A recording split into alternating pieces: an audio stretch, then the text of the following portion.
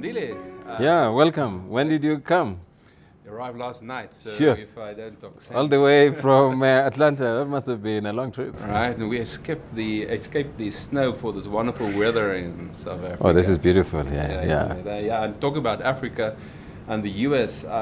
It's amazing. There's a lot of talk in the US what's happening in Africa. Actually, I'm sitting on the board of one company with the McKinsey director, and they mentioned that the fastest growing McKinsey practice is in fact in Africa.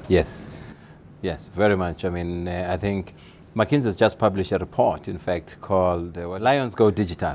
There it is, yeah. And I mean, they sort of look at Africa up to 2025 in the context of internet economy. I mean, the numbers they are putting are pretty bullish. So they do see that electronic commerce is coming into the African continent. I mean, there's a study they did in China, how e-commerce is growing in China at about 85% year-on-year growth, and they do see that Africa is going to experience huge growth in e-commerce. That is, people buying goods through the internet, and you could see the signs of the emergence of e-commerce in West Africa, East and Southern Africa. Yeah, and South Africa is actually not that far ahead in some some of these places anymore. Yeah. What is interesting when I think about Africa and the upliftment of the internet now versus the mobile environment, the internet environment is catching up, and from the mobile environment and internet environment, there's a lot of smart young entrepreneurs emerging, and it's quite interesting to see how you actually have to approach them slightly differently. You know, it's not the typical Israel-US VC model where you have a huge technology hub with a lot of connection points with the US, but there's a different way of what's called sometimes insourcing, where you insource some of those technologies, but that insourcing is also a fountain of new ideas, fountain of confidence, and a fountain of building up technology savviness amongst the people here. So quite excited about that. If you look into Africa and you look at the growth, particularly in the telecoms environment, which of course very well, you talk about, what's that now, almost 780 million smartphones moving into the app environment, the wearable space, all that stuff. I can see a lot of good opportunities emerging. We experience that. I mean, Nigeria, 160 million people population. And when you go to Nigeria, you just see the vibe of, that economy. You walk down the streets, you see almost everybody has a mobile phone, and everybody is putting earphones, either listening to music, whether a person is in a motorbike, in a car, walking in the streets. That's what you see. I mean, you see that in the streets of Lagos. The same thing you see in New York, or the same thing you see in San Francisco. That mobile has almost gone into every city in Africa, and Africa today has more than 52 cities with a population of 1 million people. What is interesting for me also in that context is that Africa do some things the African way. Exactly. If you think about brands, I read a very nice article about the African brands actually moving into the top 100 brands into Africa, and the sort of speed and the openness for things to actually have a different attack. If you look at the change of the smartphones in Africa, for instance, feature phones to smartphones, how some companies actually move from nowhere to somewhere almost overnight. So that openness for disruption, that openness for new ideas is there. And I think also for people to look at it through African eyes, talking about the US, people would, for instance, not equate brands with people in the middle of Africa in some poor environments, but it's amazing how Africa just look at it differently, and I think that message with all this new communication will more and more also drift over to some of the other mature countries. We have a lot. I think, to me, what we see in California, what we see in Israel, I mean, how those linkages are built. I mean, between between San Francisco, Palo Alto, Tel Aviv, and how these guys commute in between. I think there's a lot to learn. I mean, how some of these African hubs, whether it's in Cape Town or Lagos, how we build those linkages between us and the valley. I think there's a lot to learn. You know, I know that India has done this, Russia has done it, Ireland has done it.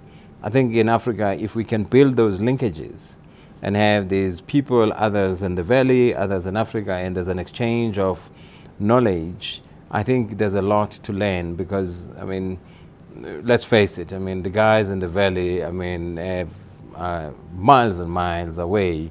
And I think there's a lot, we need to find a model. How do we build an exchange or a bridge between Cape Town, I mean, you know, between Stellenbosch or Cape Town and Silicon Valley, or between Lagos and Silicon Valley? You know what? I think it will be much more necessary for Africa. And the reason is the one word, critical mass. We don't have critical mass.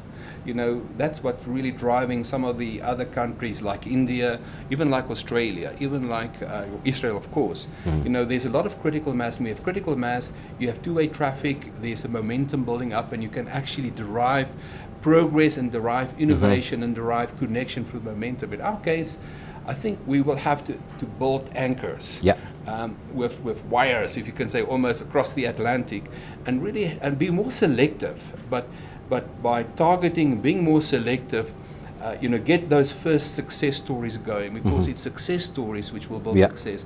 You know, and you know, I'm quite fortunate to be involved in some very good stories already from Africa to the US, where we start finding some new innovative companies being of value to the US audience. And I talk about not only companies which have technologies for the emerging markets for Africa, but global, but actually which have global impact. And I mean, there's a couple here in South Africa, but you know, you also have to look a little bit north. There are quite a few very smart ideas actually growing there.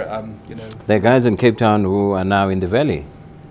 Yes, indeed. So when you look at it, there's quite a few guys from Cape Town actually coming back from the valley and restarting and actually advising other companies, you know, which have done the thing there, and which is that is the Israel story of 20 years ago.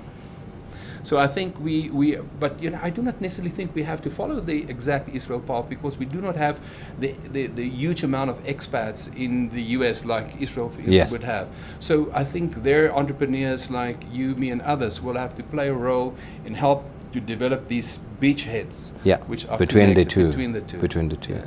Yeah, I think there's a huge opportunity amongst the young guys coming out of university.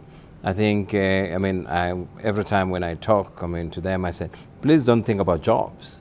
Think about how you become innovative, how you create your own thing. What do you want to do? I mean, and this is something we still need to deal with. I mean, as people get into university, that they don't think about, when I finish, where will I go and look for a job? I mean, there's no time to look for a big corporate to consume these people.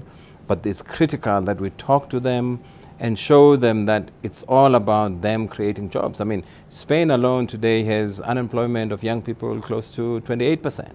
And therefore, you know, if Europe is struggling to employ young people, it's important that we should spread the word that young people must be able to be innovative, create their own businesses, try something, fail and try again. You know, what is nice is actually that this whole African momentum is happening at the time when the world is getting flatter, when you have more access to internet. Youngsters can do it, they can learn through the internet. So I have found actually that a model which worked with the new young millennium entrepreneurs very well is not to actually have these guys be so experienced and pushed in the same body or driven in the same body. But what is nice is if they can be naive, if they can actually try things out of the box, and to blend with them the right level of expertise, because that model is really working for, you know, even youngsters in other more mature markets. So I think that same model we have to think about, where you have these venture catalysts around you know, young people. And I think we have a couple of these incubators in South Africa now. There's one at 88 miles an hour in Cape Town, for instance, where they try to marry young entrepreneurs, which, you know, still would have a lot to learn, with some very experienced folks which are willing to actually put one and one together and make three. Absolutely. No, but thank you very much. And when are you going back? On Saturday. So Sure. it's only 4 days. 4 days. No, all the best. Hope the weather. I mean, it's rare that Atlanta would have snow, in fact. Yeah, you know, in Atlanta, stop with 1 inch of snow. Yeah, but thank you very much. And we'll see you in the US soon. Absolutely. Thank you. Great.